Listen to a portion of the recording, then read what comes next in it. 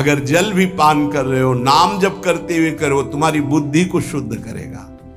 एक एक कवल भोजन पा रहे हो, राधा राधा राधा, वो आध्यात्मिक बल प्रकट करेगा, विचार पवित्र करेगा, आचरण शुद्ध करेगा। नाम लेकर के बैठिए, नाम लेकर के चलिए, नाम लेकर के सोइए।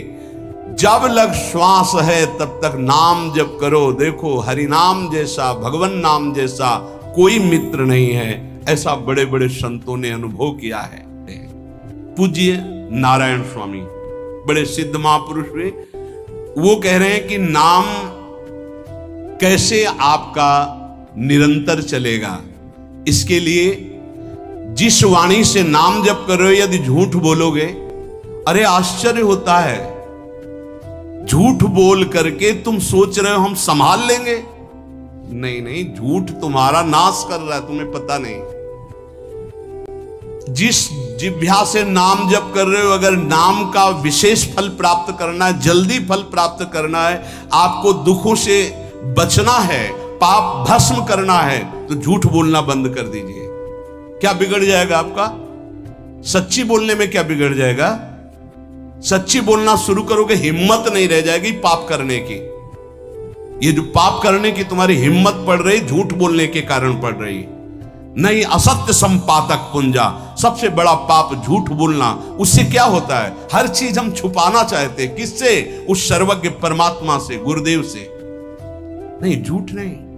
नाम इसीलिए नहीं चल पा रहा, थोड़ी दिन नाम चलाएंगे छूट जाएगा, क्योंकि आप झूठ बोलते हैं, पापाचरण करते हैं।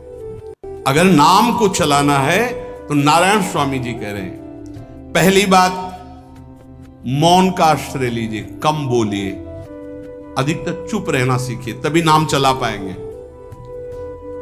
जो कार्य कर रहे हैं आप उस पर ध्यान दें, उस कार्य को एकाग्रता पूर्वक करें, वाणी को मौन रखें, उस वाणी से धीरे धीरे नाम उच्चारण करें।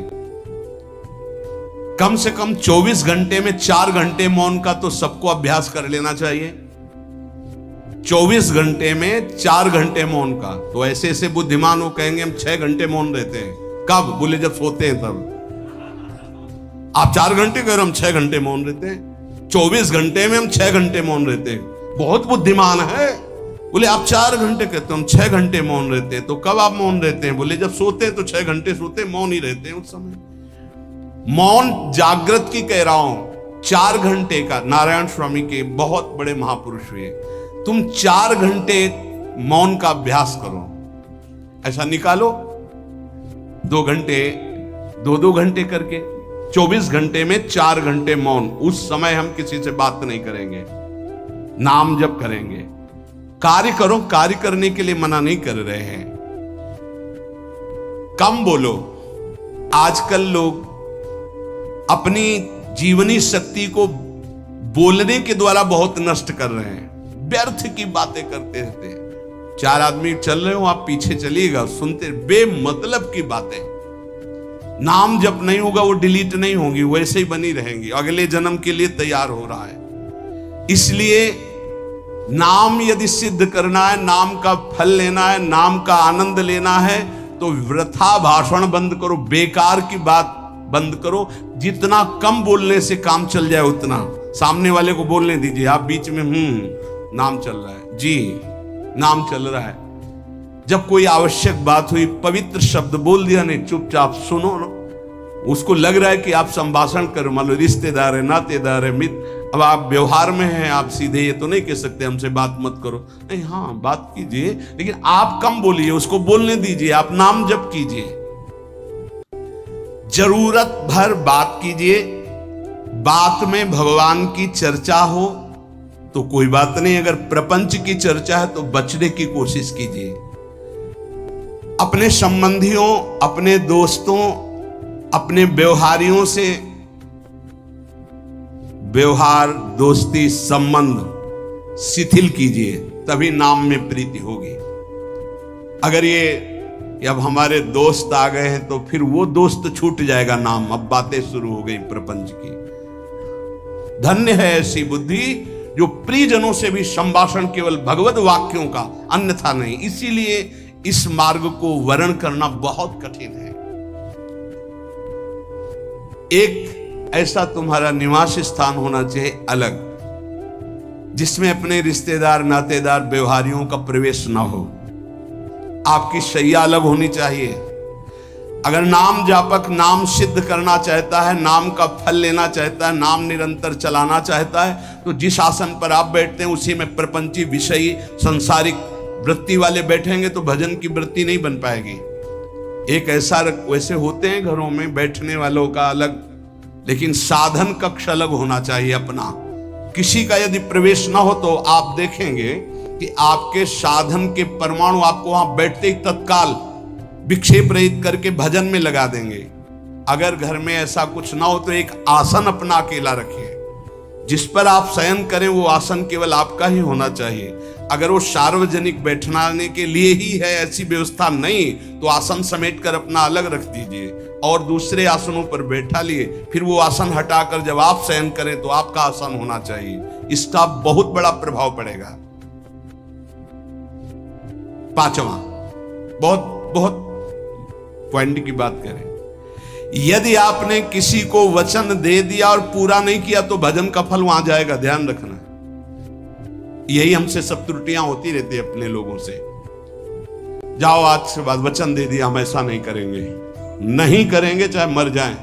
और अपने लोग ऐसे फिसड्डी हैं कि शाम के वचन देते हैं और सुबह फिसल जाते हैं। 2-4 दिन बहुत चला फिर फिसल जाते हैं। बोले कसम से आज से ऐसा नहीं करेंगे। तो आप इसको खिलवाड़ न समझें, आपके सुकृत नष्ट हो रहे हैं, वासना आपके सुकृतों को नष्ट कर रही।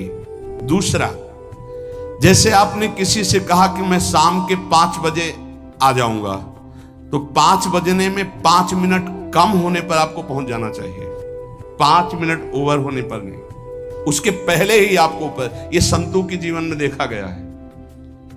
समय का बहुत बड़ा जीवन में अस्तित्व है। अगर आप किसी को समय दें फिर उसमें प्रमाद स्थिति नहीं होनी चाहिए। 5 मिनट पहले पहुंचिए। समय दिया है किसी को तो 5 मिनट पहले उसको इंतजार ना करना पड़े।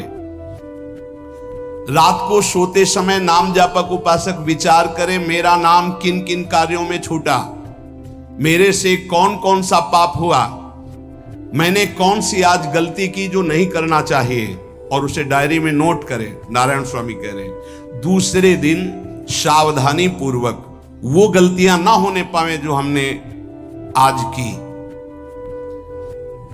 जब उपासक सत्य बोलना स्वीकार करता है तो उसके हृदय में डर जागृत हो जाता है। ध्यान रखना, डर ये माया के द्वारा प्रेरित है। अगर व्यापार में सत्य बोलेंगे तो पैसा अधिक नहीं आएगा, अगर हम सत्य बोल दिए तो डांट लगेगी, अगर हम सत्य बोल दिए तो सब लोग जान जाएंगे मैं ऐसा गंदा हूं। सच्ची मानिए, सत्य बोलने का नियम ले लीजिए, आप निष्पाप हो जाएंगे, आप महात्मा बन जाएंगे अंदर से। कोई भी पापाचरण आपके जीवन में नहीं रह जाएगा। भगवान का नाम सत्य है, उस नाम को चलाने के लिए झूठ बोलने वाला नाम को कैसे चला सकता है। जबान से सत्य बोला जाए। और भजन की संख्या प्रारंभ में जरूर लेनी चाहिए। यदि 10 माला का नियम लिया, 20 माला का नियम लिया, तो उसे निर्वाह करो। जैसे यहां शरणागति मंत्र मिलता है तो 11 माला प्रारंभ में दी जाती कि आपको करना ही है, ज्यादा हो जाए वो ठीक, 11 से कम वो कभी जीवन में नहीं। अपने जीवन में गुरु आज्ञा 11 माला तो करनी है, हर समय करना है। पर ये मन थोड़े दिन तो नियम में चलेगा, इसके बाद छोड़ देगा। दीक्षा तब लेनी चाहिए जब गुरु आज्ञा पे चलने की हिम्मत हो, नहीं तो ऐसे ही नाम जपो करो। जब नियम मिल गया 11 माला तो चाहे प्राण निकल जाए, हमको 11 माला पूरे करने, प्राण निकलने तक गुरु आज्ञा का पालन करना है। यदि आप नाम जब अधिक मात्रा में नहीं करेंगे तो जो आपको नाम मिला है उसका फल आपको अनुभव में नहीं आएगा। क्यों? क्योंकि नाम का हिस्सेदारी होती है, भजन की हिस्सेदारी होती है। जैसे किसी ने प्रणाम किया, वो भजन लिया। गृहस्थी को इसीलिए मना किया कि रास्ते में परिक्रमा मार्ग में हलवा पूड़ी ये सब बट रहा है, हाथ मत फैलाओ। वो दान कर रहा है, सुकृत कर रहा है, और कोई दूसरे ले विरक्ता दी। आप अपने भूख मिटाने के लिए 4 रुपया के चना लेके भले पालो, लेकिन दूसरे के द्वारा दिया हुआ हलवा मत पाओ। यहां धाम आए हो, भगवत कमाई करने आए हो, यहां नाम जप करो, कष्ट सहकर परिक्रमा दो। हो सके 4 रुपए की वस्तु लेकर के आप पशु पक्षियों को पवा दो, किसी एक का पेट भर, तुम मत पाओ दूसरे का। तुम चाहो तो उपवास कर सकते हो या प्राण पोषण के लिए रूखा सूखा थोड़ा खा लो। ये दूसरे के आराम से धाम में हम आए 2-4 दिन खूब खाए पिए नहीं, भागीदारी हो जाएगी तुम्हारे पुण्यों की। वहां ऐसे फ्री नहीं है कुछ।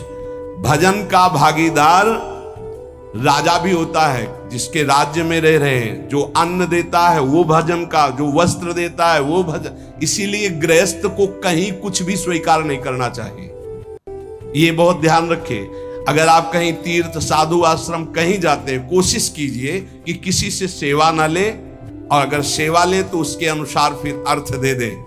अगर आपने वहां भोजन पाया, पान पाया, तो उसके अनुसार सोच ले कि अगर हम इतना खरीदते तो कितने का मिलता, वो दे दिया तो आपका भजन बच गया। कभी आपको कोई प्रणाम नमस्कार करे, तत्काल बराबर प्रणाम करो। किसी को अपना भजन का हिस्सेदारी नहीं, सबका मंगल हो। ये भजन जितना बढ़ेगा तो आपको भगवदाकार कर देगा।